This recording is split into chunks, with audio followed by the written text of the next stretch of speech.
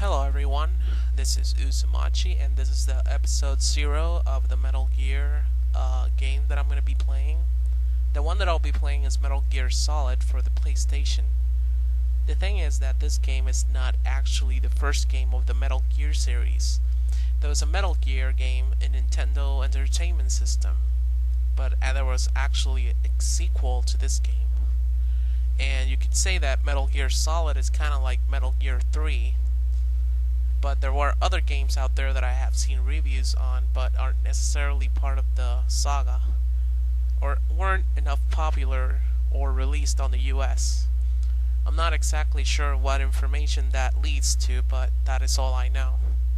But I will briefly read to you what I have found on the internet of the information of the other Metal Gears, since I really haven't played those games. I have them, but I haven't played them, so I really don't know much about the story.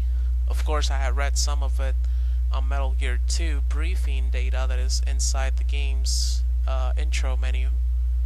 So this is what I'm going to read. Remember guys that my first language is Spanish, so I'm going to probably mispronounce a bunch of shit in there, so bear with me. Okay, the story of the first Metal Gear game is called Metal Gear. Sometime near the end of the 20th century, established as 1995 in later games, 200 kilometers north of Galsburg, South Africa, lies Outer Heaven, a fortified state founded by a legendary mercenary. Word had gotten out that the Western world, that deep within the Outer Heaven stronghold, a weapon of mass destruction is being constructed. Special Forces Unit Foxhound sends Grey Fox, one of their top agents, to infiltrate the fortress, assess the situation, and neutralize the threat. Days later, contact with Grey Fox is lost, and his last transmission simply reads, Metal Gear. Operative Solid Snake, Foxhound's newest recruit, is ordered by the squad leader Big Boss to rescue Grey Fox and carry out his mission, Operation Intrude N313. Upon insertion into Outer Heaven, Snake makes contact with local resident members Schneider, Diane, and Jennifer. Using all of his skills and equipment he procured on site, and manages to rescue Fox. He learns from Fox that Metal Gear is codename of a nuclear warhead equipped by pedal walking tank, which can engage and dominate in all forms of combat as well as launch its nuclear warheads from any location. Outer Heaven plans to use Metal Gear to impose itself as a new world superpower. In order to destroy Metal Gear and topple the Outer Heaven mercenaries, Snake rescues the lead engineer of Metal Gear, Dr. Petrovich, and his daughter Ellen. Armed with information on how to destroy Metal Gear, his skills, and indomitable spirit, Snake fights through the entire Outer Heaven force. He begins to notice that the traps being set for him are too precise, and wonders how information of his activities is being tracked. Moreover, Schneider is ambushed by hostiles and is presumed dead after losing contact with Snake. Upon breaching the core of the base, Snake is able to neutralize Metal Gear before it reaches completion. As he makes his way to the compound's basement, he is confronted by a mercenary leader of Outer Heaven, who turns out to be Big Boss. The corrupt leader reveals that he had been using his connections to steal military intelligence, establish his own mercenary force, and fund his activities. It was his aim to have Outer Heaven become the world's greatest superpower, able to bring even the Western nations to their knees. He had the rookie Snake sent in, hoping to have him captured and feed misinformation to authorities, but had quite obviously underestimated Snake's capabilities. Having lost Metal Gear and much of his force, Big Boss starts the self-destruct sequence of the compound and promises he will not die alone. Snake will join him. An underground battle ensues, and despite injury, Snake defeats Big Boss and escapes outer heaven. Compound as it crumbles in flames behind him.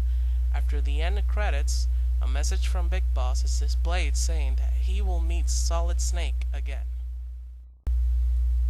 So here's the story of Metal Gear, the second game, which is called, like a subtitle, Snake's Revenge. So 3 years after the events of the original Metal Gear, Foxhound discovers that undisclosed hostile nation have begun a hold of plans for Metal Gear and are secretly constructing a new model. Lieutenant Solid Snake, the Foxhound operative responsible for the destruction of Metal Gear, is given orders to lead 3-man team to the enemy base, consisting of himself and 2 fellow operatives, John Turner, a Navy intelligence agent, an infiltration pro, and Nick Meyer, a weapon and explosive expert formerly with the Marines. The codename of the mission is Operation 747.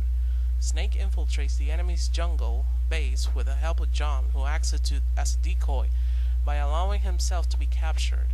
Snake eventually learns that the enemy are transporting their weapons, a set of mass-produced Metal Gear tanks, on a cargo ship.